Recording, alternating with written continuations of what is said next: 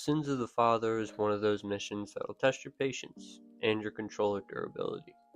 Trust me, I've failed it enough times that my PS5 controller now has its own permanent spot in the drywall.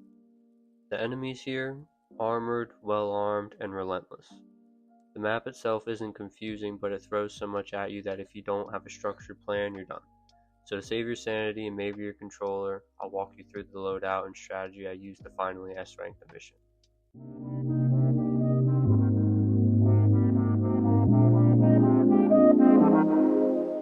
There's a couple ways to approach this mission, but if you're like me and chasing the S rank, I recommend the pepperball gun.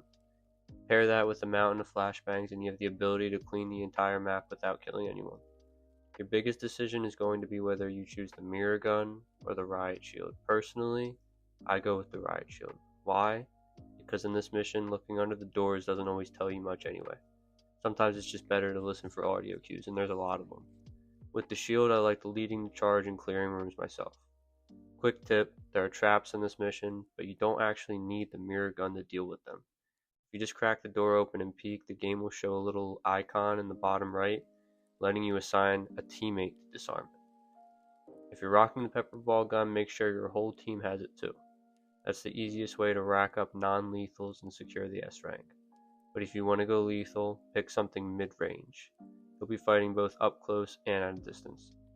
And hey, if you can't decide, check out my assault rifle breakdown video. I tested all of them.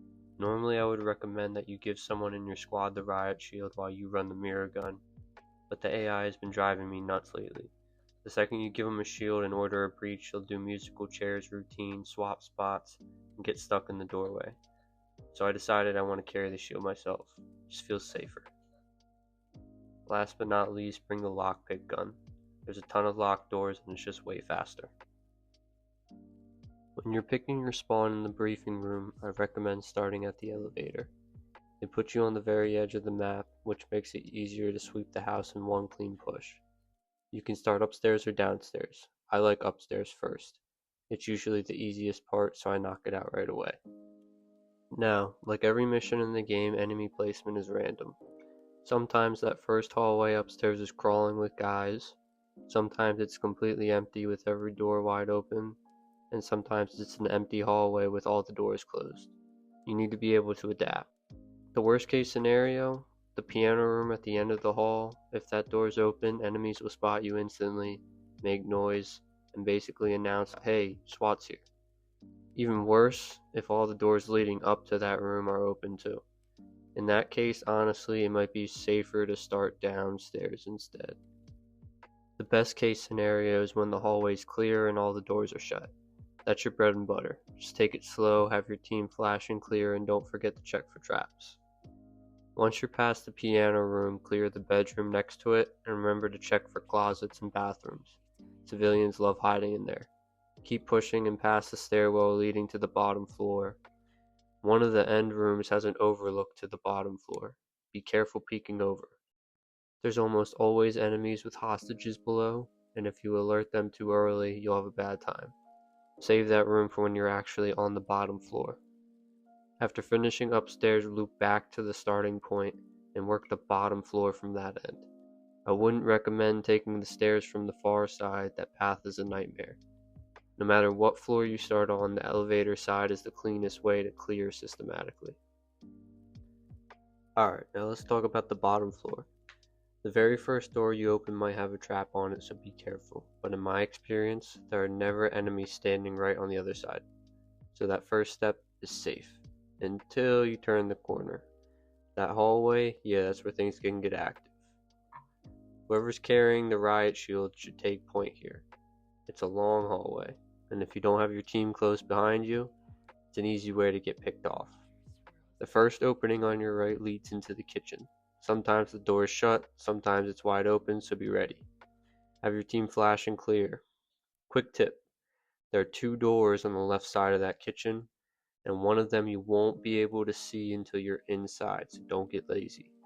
From the kitchen, I like to breach the door on the right, which leads into the bar. Now this room is sneaky. There's a half wall right in front of you when you enter, and another half wall blocking the hallway door on the far side. Enemies love to hide behind these walls and peek through them, so check your corners hard. Also, watch out if you send your squad to clear.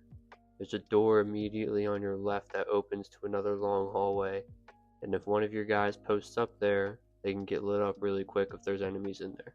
Just something to keep in mind. After you clear the bar, you'll move through that long hallway and start working your way through the rest of the rooms. The toughest part without question are the two big open rooms at the end. This is where S rank runs usually go to die. It's way too easy to lose a teammate here. The key is flashbangs. Use them generously and make every shot count. Don't rush, just control the chaos and push through. And that's how I finally managed to S rank Sins of the Father. It's one of the tougher missions in the game. The enemies are armored, the house is unforgiving, and if you don't play it smart, it'll eat your squad alive. But with the right loadout, good use of flashes, and a steady approach, it's absolutely doable. If this helped you out, let me know in the comments, or tell me how many controllers you went through before you cleared it. And if you're grinding through the rest of the campaign, I've got more breakdowns and loadout guides on the channel that'll help you out. Thanks for watching, good luck with your run, I'll catch you in the next mission. Peace.